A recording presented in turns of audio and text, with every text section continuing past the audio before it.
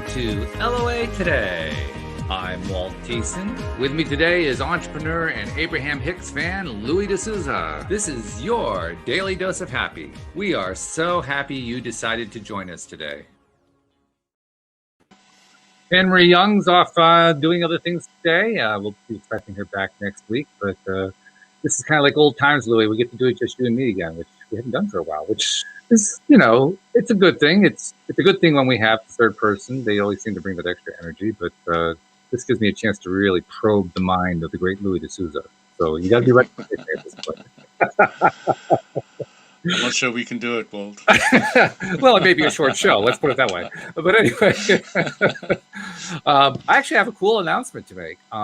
We received contact from a PR representative for one of the presenters from the movie The Secret, Bob Doyle, who played a fairly good sized role. I can't remember all that he talked about, although I remember it was a lot about that. It was more about feeling than it is about what you think.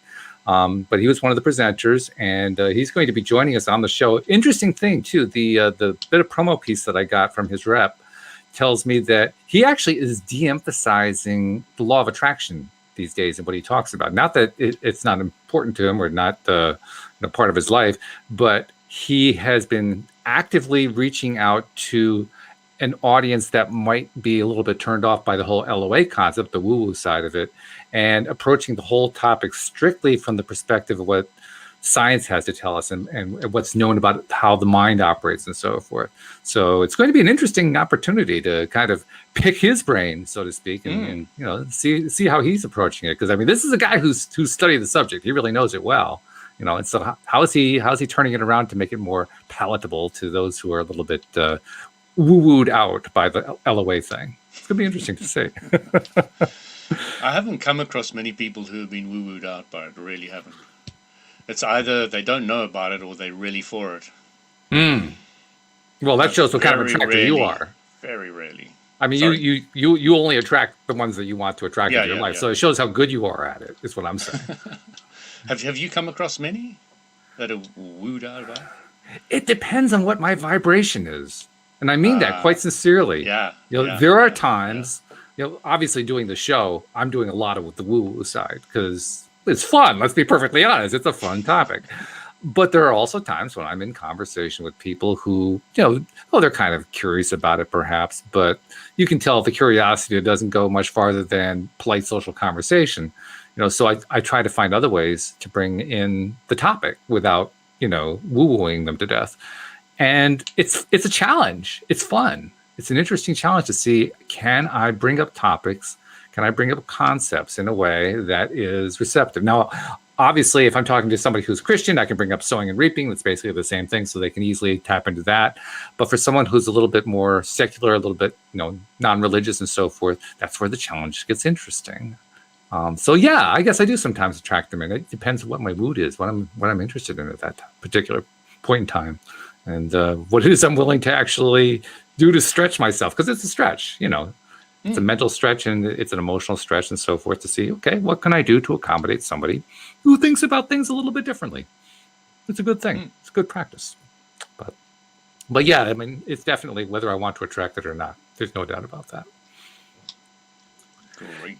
Now, when you think about The Secret, I suspect I know we talked about this many years ago when you first came onto the show, but I suspect you are kind of in a similar camp to what many people are, that the idea that The Secret was good in that it helped to promote the whole LOA concept to a very wide audience, but it also had some holes in it. So I thought I'd kind of just take a moment to redirect that simple topic with you. I mean, when you think about The Secret, and you and I commented before the show, we got to dust off our copies to go watch it again, because it's been a while. But when you think about it, what's your take on it from this vantage point many years later? I think I've kind of got the same thought patterns as my mentor. She said to me, the secret's half a truth, and half a truth is more dangerous than the whole truth, than no truth or something. And I kind of agreed with that, because it really says, focus on what you want, you're going to get it. And then how many people went out and focused and didn't get it, and got all disappointed, etc. So, because they create so many examples of, I thought about it and it happened, thought about it and happened, thought about it and happened. And, a lot of people are in such a low on the vibrational emotional scale that, they're trying to get what they want when they should be going to revenge or rage or, some of the other emotional states before they even get to kind of focusing on what they want, because it's a step-by-step process of raising your vibration so that you can get into that place of the vibrational stance of what you want so that you can manifest it, and not hoping it'll come but knowing that it won't, in your mind, and having those trains going both ways. Yeah, that's true. I mean, the interesting thing, I have replayed The Secret a number of times in the past. I haven't done it recently, but I did replay it a number of times with the object in mind of asking myself, okay, I know that criticism that you just raised, that it makes it sound so much more simple than it often is. Is that a valid criticism? And as I replayed it, I realized, I think it's because of what you said. They just present example after example that actually plays out well.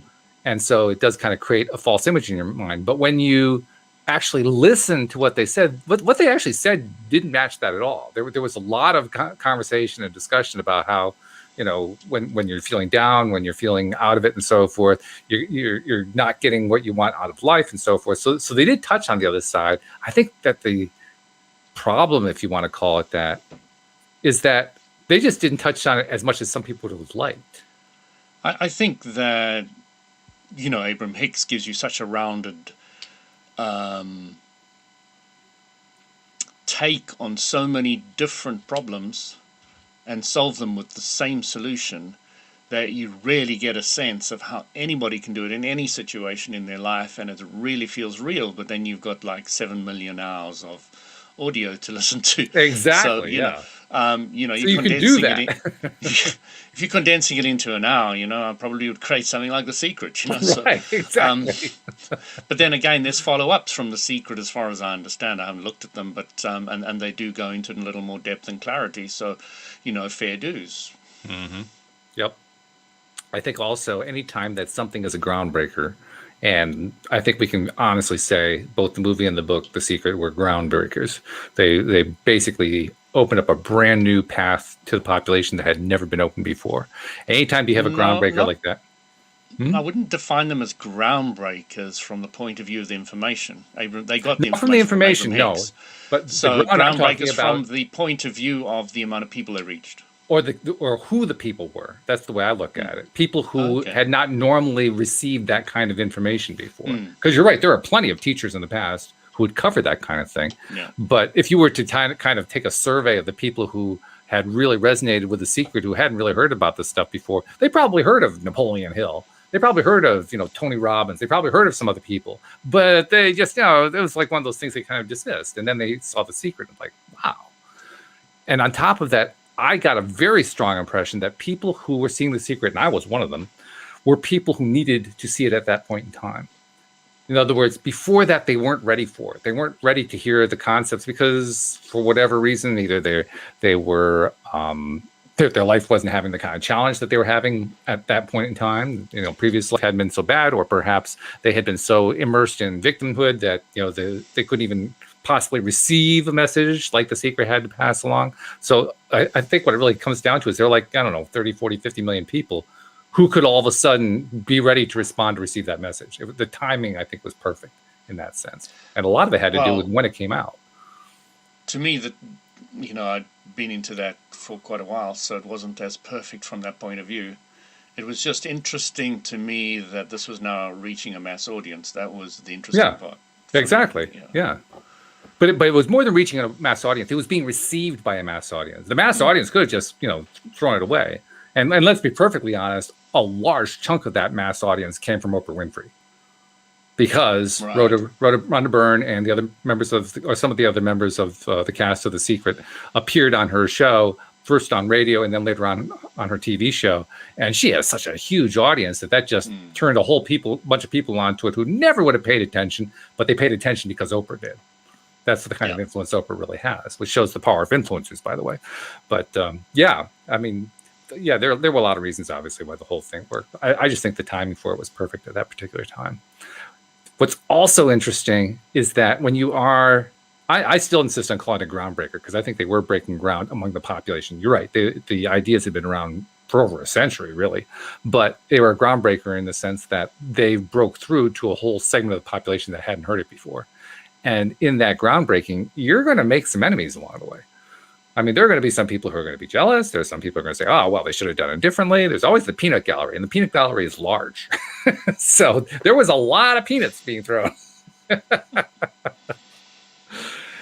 Hey, that's just part of what happens when you do something like that. But it's going to be fun. It's going to be great to meet this guy. I do want to go replay the movie so that I can remember in more detail what he talked about. But I do recall very vividly that his main message was it's more about what you feel than what you think, which that was interesting. When I was first discussing The Secret, my initial impression afterward was, well, they don't really go into the feeling part. And I came to that after hearing Abraham Hicks talk about how important the feeling was. And then I go back and hear it and like, well, there's Bob Doyle talking over and over about how important feeling was, which just goes to show how perception is. Mm-hmm. My own perception really didn't match what was going on in the movie, but hey, it was my perception. So, yeah, it's going to be fun. It's going to be a good thing. Anyway, we don't have Anne-Marie today, so I think we can kind of go for more advanced stuff, which we love to do. Because I don't know, I think the advanced stuff is the more challenging stuff. When you've done 1,500 episodes like I have, the advanced stuff is the really interesting stuff after a while. Like, okay, yeah, absolutely. I've done the basic stuff. That's good. Yeah. Let's go for the more difficult stuff. It's more fun. You got the T-shirt, on the jacket. That's right, exactly. And for me lately, the most advanced concept I've been working on is the idea of forgiveness of what the Thai people call transgressors. Forgiveness or appreciation, I guess, is the better thing. Appreciation of the stuff that are the negatives, what people would normally call the negatives of life. That you at one stage or the other perceived as wrong, bad, horrible, against you. Right. Blah, blah, blah. Exactly. And I know that it's an advanced concept because it was certainly for me the first time I ran into that when I rebelled against it. My mind says, hell no, that's not going to happen. I got to find another way here. This is going to work. But ultimately, that's where you end up going to the more that you study this topic. You end up kind of butting heads with that thing and realizing, yeah, okay, at some point I got to make peace with this. So that's the biggest one for me so far. But I'm also, the other reason that doing 1,500 shows has been so advantageous for me is that I've also realized that just because that's a big spot for me doesn't mean it's a big spot for everybody. So I'm going to open it up a little bit more. For you, what are the big challenges right now? I mean, you've got this thing pretty much down pat. I get the impression of from what you talk about show to show.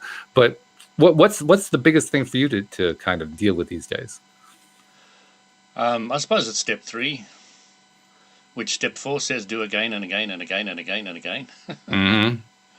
Is relief and release, letting go, trusting that it's the way it is, and just moving with that again and again. And with that comes incredibly energy, vitality, passion, etc. And that starts really vibrating in your whole being to a very high degree. And of course, then you block it again, and then you release it, then you block it, and you release it, and you become highly aware of what you're blocking because it becomes highly unpleasant, emotionally, vibrationally, and you're just tuning it the whole time, and you're playing with it, but you're playing with it very consciously. That's the word that probably is on the forefront of everything now. If I eat food now, I put my hand on it first. Does this feel good for me? Doesn't it?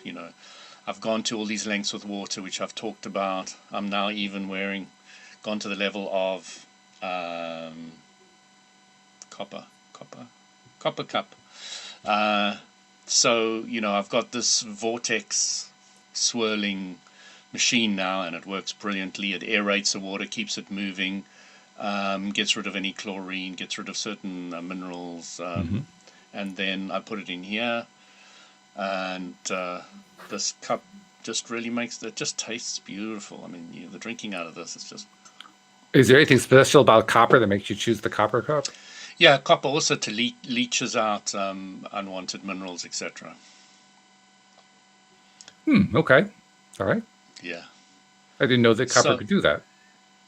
Well, no, I didn't know either, but they say it does that. But copper has been known to be good to store water in since time immemorial. Leave it overnight in a copper jug or something is been the Ayurvedic rule forever. Okay. 3,000 years plus. And your picture is a bit funny. I know. I'm disappearing into the galaxy behind me, so I know. I'm trying to mess with that a little bit. You coming to visit me? Yeah. Right. Oh, dear. Yeah, for some reason, yellow T-shirts don't work too well with the StreamYard. I should remember that, but I'm trying to adjust to see if I can find some way to stay on this planet. As soon as you went close to the screen, it went worse. So maybe if you go further back. I'll just sit back. Yeah, well, yeah, except my shoulder disappears, but other than that. Because what I found, Walt, is that fuzziness over that shoulder that's showing it. You need more light on the back screen. So I've had to put an extra light there to get rid of that. I could try putting more lights on, but when I do that, then I get other kinds of weird results with this. I mean, here, just do that. See, all of a sudden now it's getting really fuzzy. I mean, there's no way to win on that. So, fortunately, it's a podcast. Fortunately, most people aren't watching the video anyway, so I can play with this all as I want. And 1% of the population who's hearing me sees it, and I'm not worried. So we'll just leave it at the background, and there's no galaxy back there, and that's just all there is to it. There's a lot of LOA and all that, There is, yes. The law of attraction. But what you're talking about does make a lot of sense, because those resistance points are pretty much what we deal with continuously from the moment that we learn about how LOA works, especially if we hear the Abraham Hicks teachings. But even before that, going back to the secret teachings, we keep running into them. In fact, I ran into them so early and didn't know what they were. That was the thing that I think frustrated me with the secret more than anything else, because it really didn't talk about resistance points hardly at all. It talked about stuff around resistance points, but it didn't actually address the topic directly. And when Abraham came along and described all that stuff, it was a big aha moment for me. Really, really big aha moment. So I was quite grateful for that. But those resistance points, oh my goodness, that's like a lifetime that you work on dealing with those things. I think it's like it never goes away. It never stops. It's continuous, which is good. I mean, because we're constantly in growth mode, but it's just, that's just part of what happens. So the big thing I learned, Walt, was really understand it now to a great degree, was that contrast is your teacher. I say that to people and they just go blank as though like, what is he talking about? The amount of times I've seen that on people's faces. What do you mean contrast is the teacher? And when you start getting that, you start really getting where your lessons are, how your lessons are appearing, how to change them, and all the rest of it. It's without contrast, there is no life. Without contrast, there is no planet, there is no building, there is no sound, there is no nothing. If everything's always the same, you can't perceive it. It's unperceivable. It's a great point, too, because so often we try very hard to eliminate those parts of the contrast we don't want, and we don't realize that's actually undermining our own purpose. Yeah, it's why we came here, is to play with the contrast, Yeah. And it's really difficult to people to understand it. I say a good teacher helps a student face more contrast. That's what a good teacher does. That's all a good. If you want to become a good teacher to your child or to anybody, just play with contrast. Little Eloise comes to me. Oh, Dad, I've hurt my thumb. I've banged it or something. I say, okay, bring me the knife. She knows exactly what I mean, and I want to cut it off. She says, no, Dad, I don't want to do that. I said, how's your finger now? Oh, it's fine, Dad. So all I'm doing there is playing with contrast. The little pain in the finger versus having it cut off. When you think about it for a second, one is a hell of a lot worse than the other one. And when you remove that one, it always goes back to an old yogi story I once heard when I was a kid. This lady who trusted and loved her guru totally and totally worshipped him said, Guru, I can't handle it anymore. My uncles had to come stay, and I've already got 4 kids and my husband, and we just got a 1-bedroom house, and it's terrible. And they went on and on and on. So the Guru says, All you need to do is to trust me and to do what I say. No, actually, he didn't even need to say that. The woman trusted him so completely. So he just says to her, go get your chickens that you've got outside, bring them into the house. They must live with you too. She says, what? He says, go do that. So she goes, and she brings the chickens in the house, and it's absolute mayhem in that house. And then she goes back to the guru and says, Guru, it's just got worse. It's terrible. He says, now bring the pigs into the house as well. Oh, so she brings the pigs into the house. Oh, God. And she goes back to him in Remind me not to sign up with this guru. I don't want to go anywhere near this guy. Can't remember which guru it was, but I loved the story. Then she goes back to the guru in tears and says, Guru, what must I do? He says, take out the chickens and the pigs and you'll be fine. What was he doing? He was just playing with contrast. That's all. Well, more specifically, he was playing with contrast by bringing in heavy contrast and taking it away to help her show appreciation for what she actually had. Yeah, exactly. Which is a brutal but brilliant technique. It's the way we learn, contrast. Well, I was actually going to comment, I don't know if I don't know what the equivalent of child services in the UK is, but if they're listening in, you want to contact Louis at my God, he's threatening to cut off his daughter's finger. Oh, no. I was speaking to another lady who said, my dad used to do that to me all the time. Oh, jeez. My God, it's an epidemic.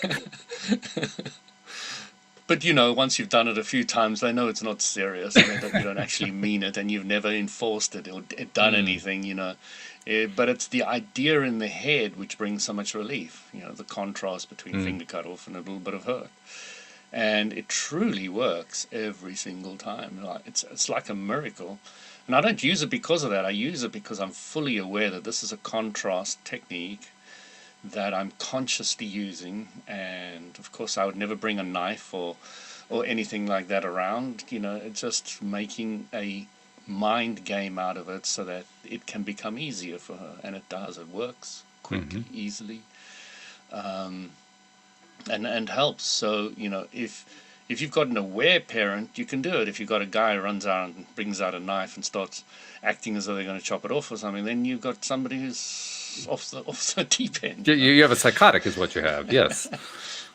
So, you just got to understand how to use contrast in many different ways. And, I use it to my advantage all the time now. I can see certain conflicting situations, and as I said, I don't mind conflict anymore. I actually quite encourage it, and I just make the conflict bigger, and then I remove the conflict. So no, I really understand what you're talking about, and that contrast shift just gets them on your side. It's just really amazing, Yeah. But you're doing it very, very consciously, not to manipulate anybody, but just to ease the situation, to bring, relief and release to everybody. And in some ways, that's what we're doing with ourselves when we're doing work on ourselves. And I say that to kind of bring another point into it, because the longer you do work on yourself, and you're somebody who can speak to this in a very strong way, the more that the more you have trouble taking any of the negativity seriously. And it's really difficult to take it seriously anymore. It is, yeah. And which is kind of an odd feeling when I focus on that for a moment. And I've been experiencing it a lot lately. As you know, I've been doing the Thai boot camp. I'm roughly halfway through it, a little bit more than halfway. And at this point, I'm on module 9, and the module basically has you revisiting the 3 transgressors that the stream helped you to identify first time around, and ask yourself how you're feeling about them. And I had no feeling about them at all. It's like I didn't care. They just didn't make any difference anymore. And I was wondering, am I doing this wrong? What's going on here? And then I realized, no, actually, I'm doing it right. But what a strange feeling to just, things that haunted me when I was, in my teens, in my 20s and 30s, I just don't even care about it anymore. It's not even important. You say it's like, yeah, well, so, what else is new? Big deal. It's not that big of a thing anymore. So a question I often ask myself, Walt, is how would I feel about this devastating situation in 80 years' time? When I'm 80, or when I'm 80 years old. Yeah, sure. How would I feel about it then? And stress the perspective out. And there's also the timeline therapy. I don't know if you ever heard of it. Timeline therapy? No, I don't know that one. No. Oh, it's great. So what you do is you imagine going out of your body, looking at a timeline and saying, okay, this is where I am now. If I go back a little bit, this is when the event happened. Now let me imagine I'm somewhere before that event happened. Mm-hmm. How do I feel then? And you get into a really good place, and it erases. It has a very powerful effect of erasing that negative feeling you have for that situation. Is just setting yourself a little bit further back in time to before it happened. That reminds me of something that came up. It comes up in the meditations that the stream has put together for that Thai boot camp. And they're basically all the same meditation, but they've chopped up some of them to make them shorter, longer. Take out stuff that isn't relevant for what they're doing on a particular situation and so forth. And one of the concepts that comes through in the original meditation is kind of doing the same thing. You visualize yourself kind of leaving your body, so to speak, going out, into the ethers and outside the planet and solar system, galaxy, farther and farther out, until you get to the point where you're looking at things through the eyes of source, so to speak, from that far away, distant viewpoint where, stuff on, like the planet Earth is like this little speck of dust, and that's how important it is. And then the problems you're having on Earth are even smaller than that. So it's all very, very far away perspective. And they make a comment in there that I haven't actually addressed it with the people in Thai, but I'm going to bring it up with them, and I'll bring it up with you too to get your reaction on it. The comment is that, and I'm probably going to mess up the way they said it, but time is nothing more than a series of thoughts. Thoughts in the past, thoughts in the present, thoughts in the future. It's just like a string of thoughts. That's what time is. And I thought that's a really interesting way to define time. Yeah, to look at it before. Yeah, I thought that was really interesting. And it's obviously it's got to be accurate. It's got to be 100% accurate. So, and I guess the part that makes it really interesting is I don't really think of a thought having a duration, but we've apparently created duration out of thought. And there's the illusion. It's really interesting. How did we do that? Because there is only the now. That's right, yes. But you can remember the past and bring it into the now while you're remembering it. Yeah. Or you can think about the future in the now. Mm-hmm. But it's not the future. It is a now experience. Yeah. Even when you're thinking about the future, it's still now. Yeah. And the other interesting thing is if you've got a really traumatic experience just happen to you, the way I often say to people is, okay, so you're a big person in a big house, in a bigger village, town, city, in a bigger country, in the bigger world, in this galaxy, and in this universe. You're the tiniest speck ever. You are absolutely nothing. But you've got such a big problem. Yeah, exactly. Exactly. When you start putting things in perspective of size-wise, even if you just look at it from that perspective, you think you're so big and you're just nothing. You're so tiny. You're minuscule. And of course, there's two ways that people often look at that from a spiritual perspective. And of course, this is contrast is, yes, you are the biggest thing in your universe. Mm-hmm. That is a truth. It is. But you're also a speck in the big universe of everything. Right. So you've got that contrast going on. And it's quite a fun one to play with because you start realizing that you create your reality in your world. Yes. And yet you are together with a world that all agree that gravity is going to hold you down when you walk out the door tomorrow morning. Thank goodness, by the way. That is exactly. So there's a collective agreement there that's going on that is keeping that going. Yes. There's a collective belief, and there's a lot of those collective beliefs that are going on. There's a collective belief that headache tablets remove the pain. It's great thing. I'm glad they got it. Well, there are some basic collective beliefs, like there is an Earth and it's physical, and there is a solar system and it's physical. Exactly. Those are all beliefs. Because what happens when you start getting more spiritual, or you take drugs, like one of these friends who I play with is often talking about, your world gets blown apart so that you start seeing the fact that it's not really real. And, through meditation, you can experience that, through drugs, Sure. and through anything that alters perception. Right. You can start realizing that there is a bigger picture out there. So everything is vibration, is kind of the simplicity of what all the stuff gives you. And then you start realizing that you can have a level of control over that vibration by being clearer and clearer and clearer about what you want and not focusing on what you don't want. And then that is where the magic happens. More control. That's where magic happens. That's where secret comes in and all. And those it's things. Wild. Let's be honest. It is a wild phenomenon. Just to, first of all, to become aware of it. Second of all, to play with it and experience that it actually works. And then third, this is where, to me, it's the biggest part, to contemplate it, to contemplate exactly what it implies. What it implies about everything in everything. Everything and everything. How's that for a real, down-to-earth statement? Yeah. Everything and everything. That's a bit woo-woo. I'm sorry, Will. Yeah, it is. I mean, but it's true. That's the thing. It's true. It is.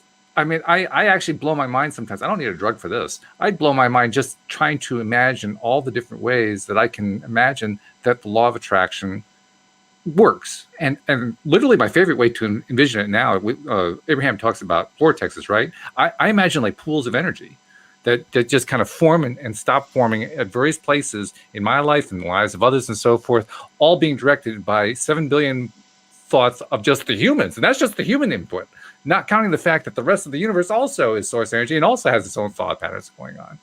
And of course, at some point, my mind boggles because I can't handle that large of a number. But it's just incredible to just try to imagine all of these little vortexes of energy being created and manipulated through our thoughts, and all these thoughts are going on everywhere, and everything is involved in it.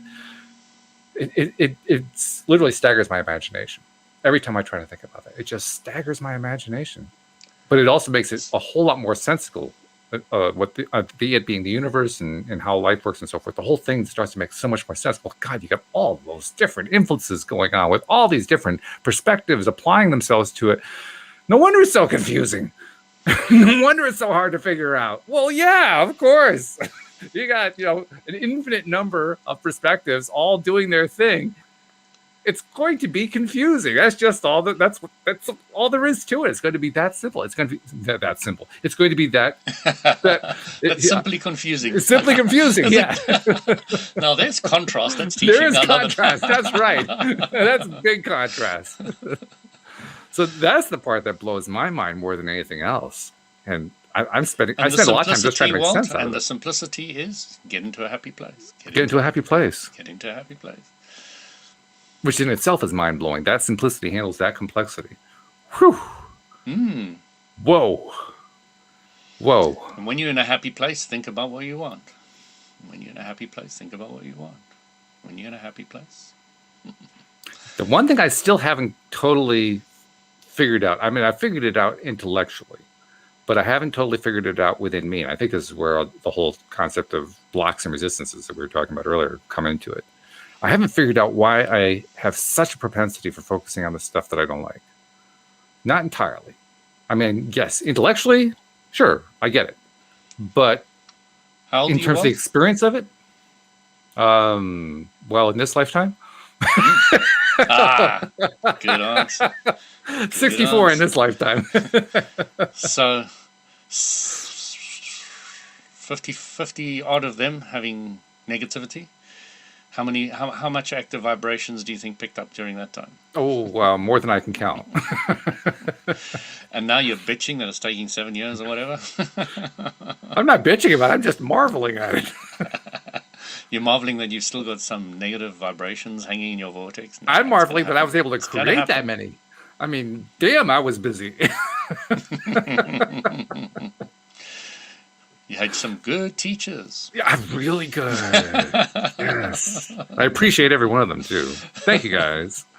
Appreciate every one of you. But, oh, my goodness. I think the reason my mind boggles at it is I'm boggling at my own creation. It's hard to grasp that. It really is. It's hard to grasp wow, I'm just creating all this stuff. I feel like I've been, at the tiller for an entire lifetime and only just discovered there was a tiller, and I'm amazed that the boat is still afloat. I mean, that's what it feels like. And yet somehow I've managed to, through all that craziness, through all that contrast, through all that polarity, I've managed to stay afloat. Wow. How on earth did I do that? And how do you define staying afloat? Well, I'm still breathing. Okay, alive. Yes. Right. Yeah, because so that's a metaphor of life. Negativity to have killed you by now. Rationally, yeah. I certainly That's exactly what it does. That's exactly what it does. It does eventually, yeah, yeah. But I just marvel that I've been able to stay alive. That's the amazing part. That's the remarkable part. And the longer I stay alive, the more remarkable it is. For me, is that as you get older, you start having more energy, more focus, more clarity. Yes, it just gets more exciting. Isn't that interesting? Is just nice, man. Yeah. Skin still looks good. Hair's not too bad. I blew my wife's mind the other day because she's been telling me for years she loves me with the white hair, and I've never really wanted the white hair. I always wanted to keep my dark hair. And I finally was looking in the mirror while we were sitting in the car in traffic. You mentioned this last week. Yeah, and I appreciate it. She says, "Wow, that's the first time I ever heard you say that." And I suppose that's true. I had not really said it before, but it is true. I am feeling better about how I look, as I am, the way I am. And wow, there was a time I would have doubted that could happen, but it did. I did it somehow. I got here. So there's one of my gamers who says he's wants to start listening to my podcast. Oh, cool. And he did start, and he says it's nice, high energy, and he said then he fell asleep at 4 a.m. in the morning or something. Well, I'm glad we were able to help him in that way. But he's big into drugs, so we have this discussion because I'm clueless about drugs, I said, how much does it cost? Because I'm just absolutely clueless about these things, and it's like expensive depends on how often you smoke, but it's obviously fairly expensive. If you took that every day, it'd be about £300 a month, but he doesn't, so it's weekends and when friends come around or whatever. It's like a social smoker type scenario he painted out for me, but he brought up something, and Dan, if you're listening, enjoy this. He says to me he's looking to buy a house on an island with like 40 people on it because he wants to get away from people because they're all so negative and toxic, etc.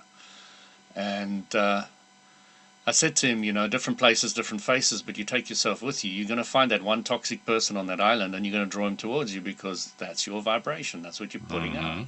Doesn't matter how many people you remove from your life, you're going to land up drawing whatever you're putting out because it's a universal law of attraction. You can't ignore that. You can try and run away from it, but, become more resilient. Understand how the world works. Understand the law of attraction, Understand that when you focus on what you don't want, you're just going to get more of it. And, if people start getting that, it's really great. I'm curious, how did he react to that? Because that was a pretty big point you were bringing up with him. Didn't push it away or anything. I can't really remember. It was a while ago. That's all right. But we still play together, we still chat, and all the rest of it. So he got to thinking about it at the very least. Yeah. And but it's a journey to understand the law of attraction. Starting with The Secret, going to Abraham Hicks, listening to thousands of hours of that. Then coming. Well, some of us only do hundreds of hours, but yes, in your case, I understand thousands of hours. We're just not as dedicated as you are. Somebody said to me when I was 24, we were at a spiritual retreat or something. They said, you're really an old soul. That's a statement for the New Age people used for somebody who's quite enlightened and aware and all the rest of it. And I said, no, that's not true. I said, I just learn quickly.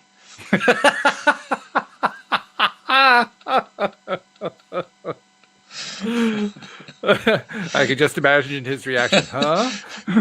Yeah, I don't think he's that enlightened anymore. No, not really. I do enjoy giving people the idea that I'm also not enlightened as much as I'm enlightened. I do enjoy getting them not to worship me, not to praise me, not to want to follow me.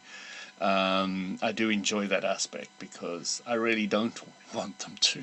No. I'm not going to carry anybody. I'm putting them on my shoulders and carrying them. It's not me. You can go to I have Christ enough trouble tonight. carrying myself. You expect me to carry somebody Exactly. else? Are you kidding me? You know, but I do love sharing with them how I got to where I got to. Yeah, that's obviously the reason why I've been on the podcast for 4 years or whatever. Sure, yeah. So, you know, it's really a journey to start understanding how life works. And not many people have ever bothered to ask that question. Why am I here? Where am I going? What am I doing? How does everything work? How do I get the best out of this life? You know, that's surprising. They thought about that from a that. monetary point of view, or work point of view. But that's just my point. I mean, is it really true that people never thinking about that stuff? I thought about that stuff a lot when I was growing up. Doesn't mean that I was necessarily as focused as you were on it. You were insisting on getting answers. Have you talked to the youth recently? Which ones? Any of them. Any of them? Where you going? What you doing? Why are you here? Yeah, the answers. Well, but that's my point. I mean, are you really sure that people are asking themselves that question? They're not. Yeah. That's what I'm saying. I'm saying they're not asking that question. Oh, I see. They're not getting the answers. Yeah. Well, yeah, it's hard to get the answers if you don't ask the questions. Yeah. Not impossible, but it's hard. Yeah.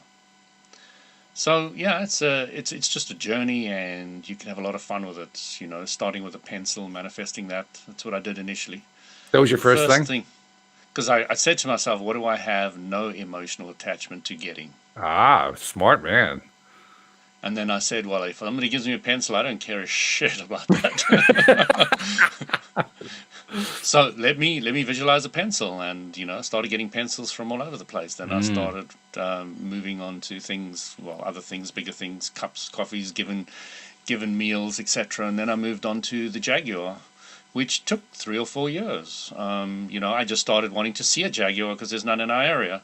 And I just started seeing 1 and 2 and 3. You know, after a week it was 4 or 5, and then after 2 weeks it was more and more, and then eventually, you know, I just seen tons of them. And then I swear I increased the sales in my area. I swear I increased the sales in my area. And somewhere there's a Jaguar salesman saying, it's not only the old ones. Suddenly it's not only the old Jaguars, it's all the new ones. The new ones, yeah. And then not only that, there's that one color I like, that red Jaguar. And then, of course, I decided, hey, why don't I just visualize getting that Jaguar? And, of course, that manifested as well. So, you know, it's just a journey. If people treat it as a journey and enjoy the journey, they'll love LOA. That is the key point right there, I think. The most important point, enjoying the journey. And we hear that a lot, but I'm not sure most people really grasp what it means, because enjoying the journey means enjoying the parts that you don't like so much. Enjoying the whole thing, not just looking for the part that you were really hoping was going to come true, but enjoying the whole thing and appreciating the whole passage. That's where the challenge is. That's why we run into resistance points, because, oh, God, I don't want to have to deal with Aunt Mary again. My God, every time I talk to her, she's always picking against me on this or that or the other thing. I don't have to put it. It's that kind of stuff. And that's the mild version. So this gaming individual also said to me, am I toxic? Ooh. And I said to me, no, not at all. Absolutely not. Immediately, instantly. And but I wouldn't even see somebody as toxic. I'd see them as passionate about fighting or dying or having whatever problems I had in the game. I wouldn't really look at that as an attack towards me. And if it did bother me verbally, I'd just mute them, because there's a button in the game, you just mute anyway. You know, it's easy. So, you know, and I said to him, you know, why would I ever worry about anybody who may be toxic? I'm not going to give them power to have any effect over my emotional state. I'm not going to do that. And it's really a tough concept to get across to people, you know. The one thing I try to do with somebody who is honest enough, self-honest enough to raise a question like that, and that is a a point of self-honesty, is to ask them why they think they're toxic. Well, he told me there was the other guy that was in our group with us that called him toxic. Okay. So it was somebody who had recently, just before I joined, had called him toxic. So my next question to him is, do you think it's true? I mean, I said to him instantly that it wasn't. Oh, I know, not you. Talking to him. Talking to your friend, Dan. Well, he was obviously worried about it. Nobody asked that question unless they're concerned about how people are perceiving it. I know that. I know that. But my purpose in asking the question is to kind of ferret out, how is he feeling about it? Because yes, he's obviously worried about it. He's worried that he might be toxic. That's what I perceive. But a person who's worried about it is really somebody who hasn't asked himself to answer the question. That's somebody who's just kind of keeping it at bay and, it's there and I don't really dare to deal with it and all that kind of stuff. Whereas they're worried about the idea of other people perceiving it in a negative way. But if they just ask themselves the question and answer it, then all of a sudden, now it's a different thing. Then the psychological drama goes away, yes. Yeah. It's an entirely different thing. Then you're seeing things as they are. So you're talking absolutely my language, yes. Yeah. Yes. And that's fun when you do that. So there's one thing I wanted to bring up again. Step 1, 2, and 3 of Abraham Hicks. Step 1 is... Oh, this is a quiz? Yeah, well, I'm testing you now. I always get confused about how Abraham structures them. So let me see if I can remember the Abraham method. I think the Abraham method, step 1 is identifying what it is that you don't want, if I remember correctly. Not completely. Not completely? You'll have to refresh me. How exactly is it structured? So I really want people to understand this who are listening to this podcast, because it's important to get what Abram is saying. Step 1 is when you know what you don't want, you have a better idea of what you do want. Yes. The combination of those two is step 1. Okay, that's fair. Okay. So you kind of think when you know what you don't want, you know what you want, is step 2, and that's not true. When you know what you don't want, you have a better idea of what you do want. And when you focus on what you do want, that goes into your vortex. Actually, if you just focus on what you don't want, that also goes into your vortex, but we won't go there. Abram doesn't go there. Abram talks about, you've focused on what you do want, now you've got what you do want in your vortex. And step 3 is when you... step 2, so to get clarity on step 2, step 2 is the manifestation of what you do want, or don't want, but mostly what you do want in the vortex. Step 1, know what you don't want, know what you do want. Step 2, manifest instantly in your vortex. Instantly in your vortex. Right? So you've now got the swirling what you do want in your vortex. Mm-hmm. Now, for you to manifest that, all you need to do is lower the resistance. Because you've already put what you want in the vortex. So that's why Abram keeps on saying step 3 is very important, because you've got a shitload in your vortex. Mm-hmm. You got gargantuous amounts. You got lifetimes of stuff in your vortex. Right. Your job is to mostly relief and release. Now, somebody who takes drugs is getting a lot of step 3. Relief and release. It's a little bit chaotic, but yes. Smoking a joint gives you quite a bit of, a marijuana gives you quite a bit of relief and release, so I'm told. I don't know, never touched it. It's yes and no. I mean, it's been 40 years since I did all that stuff. It's a yes and no. Doesn't it give you a relaxed feeling in your body? You just relax. It's a relaxed feeling, but it's also a cloudy feeling. Is the best way I can describe it. Yeah. So that's what Abram was saying. The other side of drugs is you mess up step 1. Yes, that's a good way to describe it. Yes. You mess up your focus. Yes. On what you want. So you get the relief and the release, but your focus gets clouded. Mm-hmm. So I remember somebody came on stage, "Hey, Abram, I'm so cool, man. It's like the best, man." Abram was saying, "Yeah, that's cool. That's all right. That's nice." And so, what do you want? "Oh no, man, I'm just chilling here. That's just cool. Just chilling, What do you want?" And she was pointing out again and again, or they were pointing out, that the guy was losing his step 1 because he was just chilling and chilling. Well, he doesn't actually lose his entire step 1, because the one thing, and this is very stereotypical, but the one thing you can say about somebody who's smoking pot is that there is a major step 1 that they hang on to, and that is the desire for food, also known as munchies. Because when you're high, the last thing you want is to be presented with something that tastes really good and not be allowed to have it. You'll just drive yourself crazy over that one. So you don't lose all of it. You don't lose everything. Is that just you, or is that everyone? Oh no, that's everybody. That's everybody. Is it? Yeah. Right. Oh yeah. Yeah. Entire comedy routines have been built on that one. So yeah, it's quite common, but it is a distortion because it's one of the only things you can focus on.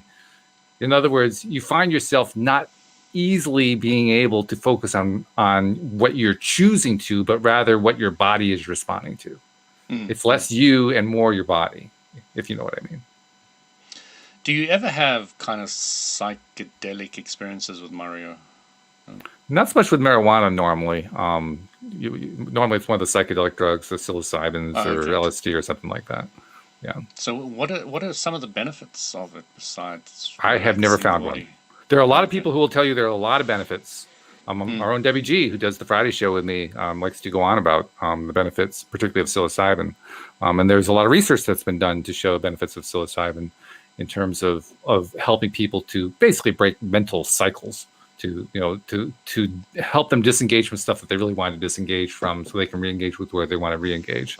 And the psilocybin, the best way I can think of to describe it is it's a major distractor, and it distracts you into kind of a breaking down barriers in your own mind about how the universe is, so you can see more of how it really is. And I remember when my daughter was very, very young, I used distraction a lot, and it really works. Yeah, it really works. Oh, would you like an ice cream? And then suddenly that big trauma has just vanished. Exactly. Yeah, it's that kind of a thing. Yes. Yeah, but you're doing it with a chemical instead of with a toy. A toy distracting the child. It's not quite the same thing in that sense, but. Yeah, I mean, it's not going to have the same effect on me. Louis, have an ice cream. Yeah, right. Only if you're on the marijuana. But yes, give me that ice cream. Oh, I need the contrast first. I got to take Mario first. I see. So yeah, I love Ramdas's story about drugs. You know, he was really into drugs. Harvard professor, goes over to India, sits at the feet of a guru. I've told the story before, but for maybe any new listeners. And, you know, he's going on to his guru again and again. You know, these drugs are amazing, drugs are amazing, drugs are amazing. You must have some, must have some. And the guru said one day, just bring them to me.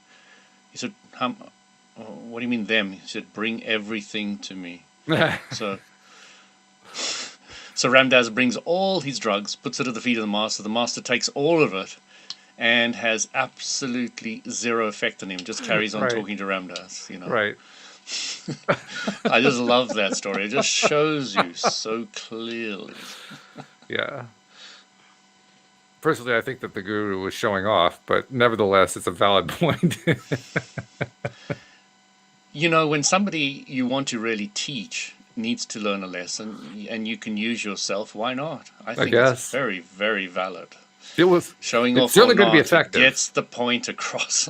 Yeah, because it's producing a result that they weren't expecting, and when you do that, that's going to get attention, no matter how you look at that one. Yeah, it's just a great story. The only thing that worries me not worries, that's probably the wrong word, makes me wonder, because worry makes it sound like it's this really big thing, and it's not. It's more like here's a little casual inquiry. That's more of what it's like. It makes me wonder, well, okay, if the guru does that, the person gets the jolt of, wow, that's really not the result I was expecting. But do they really grasp what it is that the guru was doing? I'm not so sure they do. In Ramdas's case, he really, really clearly got it. True. But again, he was a Harvard professor who was in psychology, who said that who I am today, teaching all the spiritual stuff, who I was back then compared to who I am today, I would have, in those days, put myself in straitjacket. Yes. A valid point. A very valid point. Yeah. So, you know, there is a very different world between the more spiritual awakened individual who goes around trying to share what they've come to understand, and the common world where you've got university and psychologists and professors and very academic world and viewpoints. They are very different to each other, and there is a way of bridging the gap and sharing with anybody, and that's what I'm always looking for. I have no idea how this connects in, but I'm getting a reminder of a situation that happened today. And I'm just going to start telling the story in hopes that somehow it's going to become clear to me why it's connected. Because I don't really know why it's connected. My initial reaction is, why am I bringing this one up? But I'll tell it anyway. We're in the last third of the gardening season. And when you're in the last third, the phone isn't ringing quite as much. You still have plenty of work. I mean, the crew is like crazy busy, but we're just not piling on the work like we were earlier on in the year. So the schedule isn't getting out of control entirely, which is a good thing. But I did take a call today from somebody who we had done some gardening for about 3 years ago. And as I was talking to her, as she was talking to me actually, and telling me her situation, I realized there was something familiar about her. And she mentioned that we had done work for her. So I went and looked her up in the bookkeeping. And I have a habit, whenever we have one of those few clients that I don't want to invite back, I put little notes in the bookkeeping because I know that's where I'm going to look. And in this case, sure enough, there was a note about how she had stiffed us for some amount of money and, so stay away from her. But I didn't make a note why. And I couldn't remember why. So I know, like all my red flags are up. There's something not right here. And instantly, this is why I'm telling the story. Instantly, she starts explaining to me how there had been this thing a few years ago where there'd been this discrepancy about money, and we had given her this credit and so forth. And then she spent like the next 5 minutes telling me the same story over and over and over again. And I just have to reiterate, this is what happened. And I want to make clear, this is what happened. She just kept doing it over and over again. And I'm trying to think to myself, how do I get out of this conversation? I don't want to be rude to the lady, but on the other hand, I know this is not a customer we want. So I found a break in the conversation, in the break in her monologue. And I said to her, I understand I actually looked you up. I recall you as a customer and so forth. And I think I just have to say, we're going to decline to do the work for you, and I can refer you to somebody else who I think will take care of you better. And of course, she became very defensive about that. Why? I tried to give a very oblique answer. That wasn't doing it. So I said, okay. I'm going to go talk to Louise because quite honestly, I don't remember the details of this. Maybe she will. And maybe, let me see what I can work out with my wife because it's her business after all. So I put her on hold, go to talk to Louise. Louise can't remember her either. She remembers the house. I give her the address. She looks up the house on Google. Oh yeah, I remember doing that house. Yeah, it's in Farmington Woods, blah, blah, blah, blah. But she couldn't remember what the details were with the woman. She thought it had to do with one of our employees who was actually no longer with us. And we couldn't really piece it all together. So I finally said, so what do you think? She says, well, go with your gut. And I said, okay, my gut says no. So I went back to the phone call. I said no. Spent the next 5 minutes with her repeating that same first story over and over and over again. Ad nauseum. After she'd repeated it 4 times, I said, okay, I'm going to stop you right there because I did actually hear you the first 4 times that you said that. And she said, okay, fine. Then... And I said, and I did give you a contact. I know she'll take care of you. She actually used to work for us. She's now doing it solo for herself. Give her a call. She'll be able to take care of you. Okay, fine. Goodbye. I thought to myself, what just happened? What just happened? I don't understand. And then I finally realized I wasn't buying into all of her nonsense. The conversation couldn't go anywhere. It wasn't working. She was trying to play me, and the play was like, yeah, okay. So what else you got? It just didn't affect me. She wasn't, in my mind, she wasn't trying to play you. She was feeling guilty and she was just trying to get it off her chest. Okay, yeah. Well, that's a fair way to put it. I think it's accurate. Yeah. And I mean, there was also the other piece. She was trying to kind of guilt me into bringing her back in, and like this is not something that we should ever have to worry about. So I don't know why you're so upset about it. I wasn't upset at all. She was trying to kind of like use it as a tool to get us to come out and do some more work for her, which was kind of an odd tool now that I think about it. But that's really what she was trying to do. But you did what I would normally do, is just follow my gut. Oh yeah. Yeah. Yeah. Once you follow your gut, everything will start working out. But in following my gut, a few questions happened after the fact. The first question is, okay, I attracted her. What did I do? How did I attract her to call me in the first place? Secondly, it was almost like it was a test because she's also a very, very, financially, she's a very small customer. I looked at the books and I mean, it was like a couple $100 worth of work. And she's on the phone. This is the funny part. She's on the phone trying to tell me, I want to build a long-term relationship with you. I want you to do my work throughout the year and so forth. And she spent $200. Like, well, that'll last you about 4 hours. So how far is this relationship really going to go? Well, it doesn't look so good. So one of the greatest advantages you can do for yourself is to wake up every morning and see everything new and everyone new. And then you're not boxing people in, oh, you did this to me in the past, you're still that same person, you're going to do it to me again. I suppose. But I don't have any regrets in this case because I could just tell that's who she was. You followed your intuition and in your situation and where you're at, perfect. Yeah. Me, I would have taken them on, and if they gave me hassle, I'd drop them. Which is actually what Louise originally suggested. And I said, are you sure about that? I mean, this isn't a customer that's actually going to do much for us, I don't think. It's not like we're lacking work right now. But again, it's going to be so busy for the next few weeks. Why do we need to take this customer on? I don't quite get that. The point that I'm trying to make is there's no fixed rule. And the way you handle it, no problem. Oh, I see what you mean. Mm-hmm. But, from my perspective now, I'm trying to really look at everybody as somebody I don't know. I don't have all the past with it. I don't have all the stuff with it. All the positive ones I keep. Yes. All the good interactions, I keep those. That's my policy. Away. Everything else is just gone. Mm-hmm. You can piss me off today, and tomorrow I wouldn't even remember we had had a fight. Although sometimes I sort things out in my dreams, and I wake up expecting somebody to be angry with me because what's just been going on in my dream. But never mind. Those things happen. They do indeed.